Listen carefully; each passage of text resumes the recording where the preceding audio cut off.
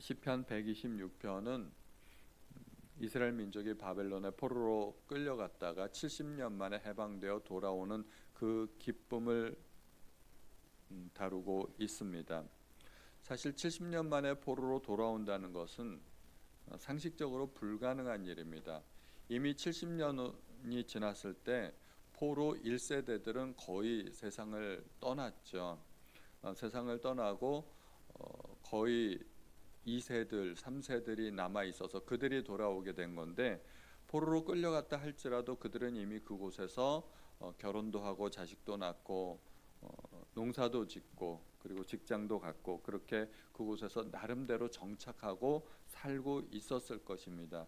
그런데 포로 2세들이 돌아온다는 것은 이제 한 번도 가본 적이 없는 고국 땅에 돌아온다는 얘기인데, 사실은 그들에게 있어서 낯선 땅이고 외국이나 다름이 없습니다. 한 번도 가본 적이 없기 때문에. 그러므로 포로로부터 돌아온다는 것은 결코 쉬운 일이 아닙니다.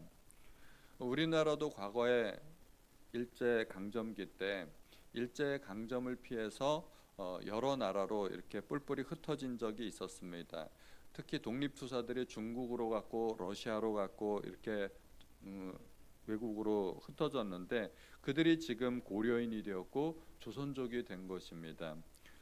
러시아로 간 사람들이 고려인이 되었고 또 중국으로 간 사람들이 조선족이 되었는데, 저 사람들은 중국 사람인데 어떻게 저렇게 한국말을 잘하나 그래 봤더니 우리나라 일제 강점기 때 그곳에 간 사람들이 이제 그곳에 남아서 한국으로 돌아오지도 못하고 그냥 중국 사람이 된 것입니다. 돌아오지 못했습니다.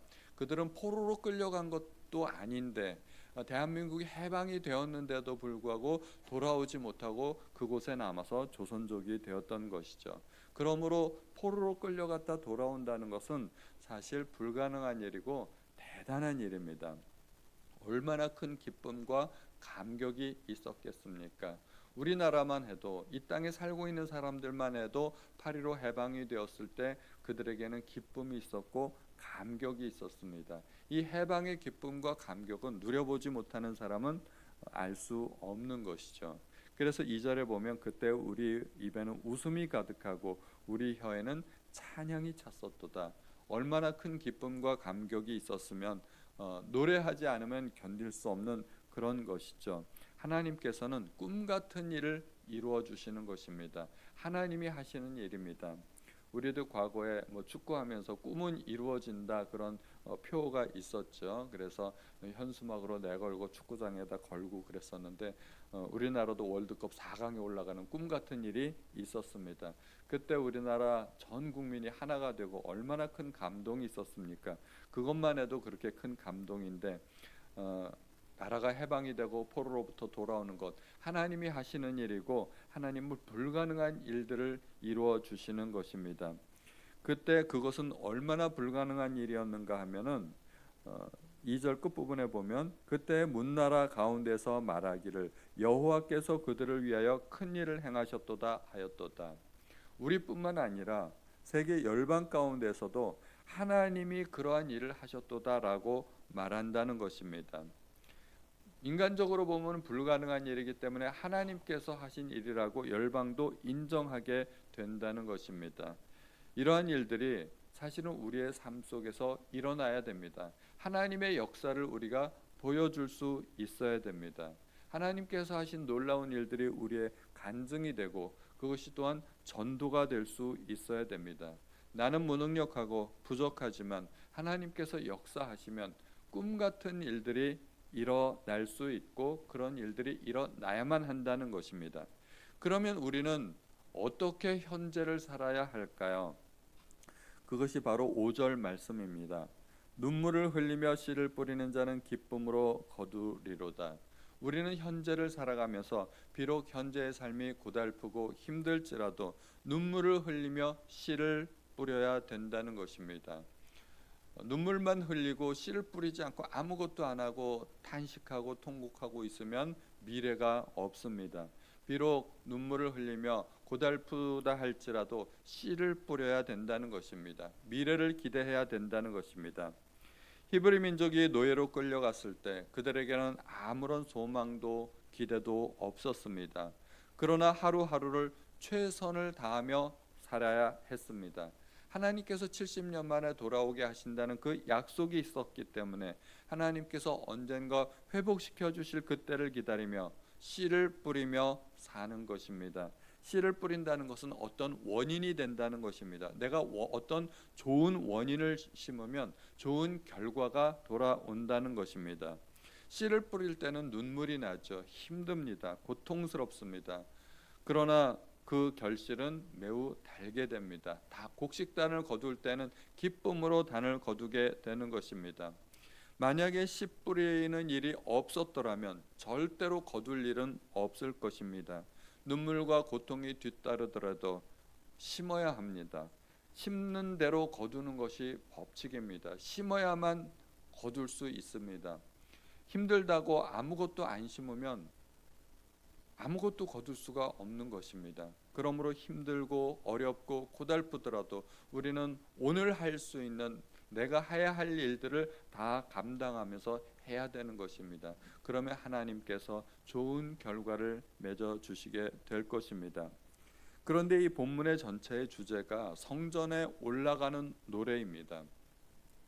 포로로부터 귀환하는 그러한 기쁨도 있었지만 이 시를 특별히 그들은 언제 불렀는가 하면 성전에 올라갈 때 불렀다는 것입니다.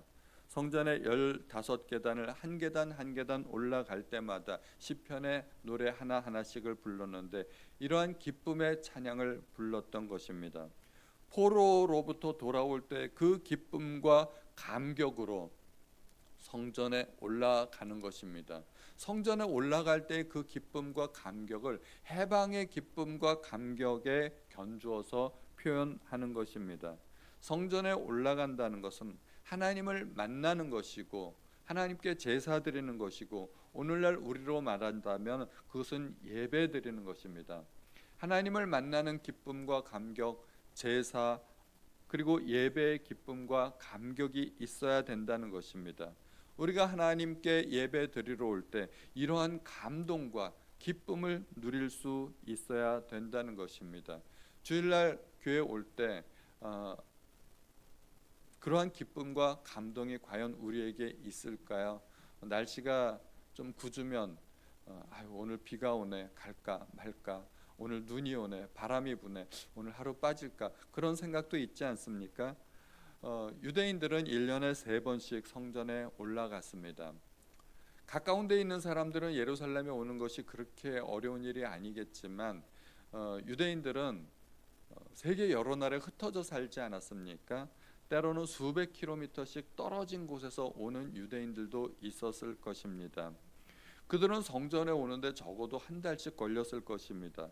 오는데 한 달, 가는데 한 달, 예루살렘에 머물면서 적어도 한 1, 2주씩 걸렸고 뭐 길게는 한 달씩 걸렸을 수도 있는데 1년에 3번씩 이런 일이 있다면 자기 평생의 반은 여행하는 데 쓰는 것입니다. 오랫동안 집을 비워야만 했습니다. 일터를 비우고 자기의 농장을 비우고 해야 됐기 때문에 자기가 집을 비우고 있으면은 외부 사람들이 침략해 들어와서 약탈도 하고 그럴 수 있지 않겠습니까? 그래서 하나님께서 지켜주시겠다고 약속하셨습니다. 출애굽기 34장의 말씀을 보면 내가 이방 나라들을 내 앞에서 쫓아내고 내 지경을 넓히리니 내가 매년 3번씩 여호와 내 하나님을 뵈려고 올 때 아무도 내 땅을 탐내지 못하리라. 땅을 비워두고 그렇게 몇 개월씩 여행을 한다 하더라도 하나님께서 지켜주신다는 것입니다. 남자들이 예루살렘에 그 순례를 떠날 때 가정과 농토, 가축이 완전히 무방비 상태가 될 것입니다. 주변 민족들이 침략할 가능성이 매우 높습니다. 이방 사람들도 그걸 다 알겠죠. 저 집의 남자들은 집을 한번 비우면 몇 개월씩 비운다더라. 적어도 2, 3개월씩은 자리를 비우니 그때 침략하면 좋겠다. 이런 생각을 하겠지만 하나님께서 지켜주신다는 것입니다. 그러므로 절대로 그러한 믿음이 없으면 예루살렘에 못 올라갑니다. 하나님을 믿는 그 믿음이 있어야만 예루살렘에 올라가고 성전에 올라가고 하나님을 만날 수 있는 것입니다. 우리야 남의 이야기니까 쉽게 이야기하겠죠. 이스라엘 사람들은 1년에 3번씩 하나님 만나러 온다더라. 우리는 그렇게 이야기하겠지만 그 사람들은 자기의 전 생애를 다 걸어야 되는 것입니다. 가족을 걸어야 되고 자기 일터를 걸어야 되고 이것은 굉장히 큰 모험과 위험이 될 수 있는 것입니다. 하나님을 믿어야만, 약속을 믿어야만 이런 일을 할 수 있는 것이죠. 우리도 주일 예배를 드리는 것이 그러한 결단과 믿음이 필요합니다. 내가 주일을 지키면 하나님께서 나를 지켜주신다는 그런 믿음이 있어야만 예배를 드릴 수 있는 것이죠. 내가 주일을 지키는 것 같지만 사실은 돌이켜보면 주일이 나를 지켰다는 사실을 알게 됩니다. 내가 성실히 하나님을 예배하고 주일날 빠지지 않고 하나님을 섬겼을 때 하나님께서 지금까지 나를 보호하셨고 지켜주셨고 인도하셨다는 것을 우리는 깨닫게 됩니다. 그러므로 신약에서는 그것을 이렇게 주님께서 말씀하셨습니다. 너희는 먼저 그의 나라와 그의 의를 구하라. 그리하면 이 모든 것을 더하시리라. 하나님의 약속이십니다. 우리는 최선을 다해서 현재를 살아야 하는데, 그런데 단순히 열심히 사는 것만이 또 중요한 것은 아닙니다. 그것이 127편의 1절입니다. 여호와께서 집을 세우지 아니하시면 세우는 자의 수고가 헛되고 여호와께서 성을 지키지 아니하시면 파수꾼의 깨어 있음이 헛되도다. 우리는 열심히 일하는 것만이 능사가 아닙니다. 세상 사람들은 최선을 다하고 성실하고 열심히 일하는 것을 능사로 알고 있을 수도 있습니다. 그러나 우리는 다르죠. 하나님께서 도와주셔야 되고 하나님께서 일하셔야 됩니다. 그래야만 내가 일하는 것이 결과가 있고 열매가 있는 것입니다. 사람도 일하고 하나님도 일하셔야 됩니다. 예수님은 이 땅에 사람으로 오셨지만 또 동시에 하나님이셨습니다. 그러므로 예수님께서 일하실 때 그것은 사람이 일하신 것이고 또 동시에 하나님도 일하신 것입니다. 그러나 예수님의 고향 사람들은 하나님이 일하시는 것을 보지 못했죠. 사람만 보았을 뿐입니다. 그러므로 주님의 그 권능과 은혜로운 말씀을 인해서 놀랐습니다. 저가 누구냐? 목수의 아들이 아니냐? 고향 사람들은 놀랐던 것이죠. 하나님으로서 가지신 그 능력을 몰랐기 때문에 놀랬던 것입니다. 우리도 마찬가지입니다. 우리가 일할 때 보이지 않게 뒤에서 숨어서 일하시는 그 하나님의 능력을 의지해야 됩니다. 파수꾼이 열심히 졸지도 않고 자지도 않고 그렇게 성을 지켜봤자 하나님께서 지켜주시지 않으시면 그 성은 공격당하고 무너질 수 있다는 것입니다. 그러면 하나님께서 일하시는 것이 중요하기 때문에 사람은 아무것도 안 해도 되는가? 또 그거는 아니라는 것이죠. 파수꾼은 열심히 깨어서 성을 지키고 일을 하고 성을 지켜야 된다는 것입니다. 집을 세우는 사람들은 열심히 집을 세워야 하고 성을 지키는 사람은 성을 지켜야 하고 각자 열심히 일을 하는 가운데 하나님께서 지켜주시고 보호하신다는 것입니다. 사람이 열심히 일을 하다가 보면 이제 밤이 오고 일할 수 없는 때가 오지 않습니까? 파수꾼은 밤에 일하고 낮에 자겠지만 보통 사람들은 낮에 일하고 또 밤에 잠을 잡니다. 24시간 일을 할 수가 없습니다. 열심히 일하고 최선을 다해서 일하고 저녁 때 잠을 자게 되면 하나님은 그러나 그때도 일하시게 됩니다. 내가 자는 동안에도 하나님은 졸지도 않고 주무시지도 않고 깨어서 일하시고 지켜주신다는 것입니다. 그것이 2절 후반부의 내용입니다. 여호와께서 그의 사랑하시는 자에게는 잠을 주시는도다. 최선을 다해서 일하고 이제 피곤해 지쳐 쓰러져 잠을 자게 되면 그때도 하나님께서 지켜주신다는 이야기입니다. 내가 아무 일도 안 하고 퍼져 자고 있다 하더라도 하나님께서 다 알아서 해주신다는 그런 의미가 아니죠. 너희가 일찍이 일어나고 늦게 누우며 수고의 떡을 먹음이 헛되도다. 하나님이 함께 하시지 않으시면 그렇게 된다는 이야기입니다. 우리는 일찍 일어나고 늦게 눕고 수고의 떡을 먹어야 됩니다. 그런 일을 해야만 합니다.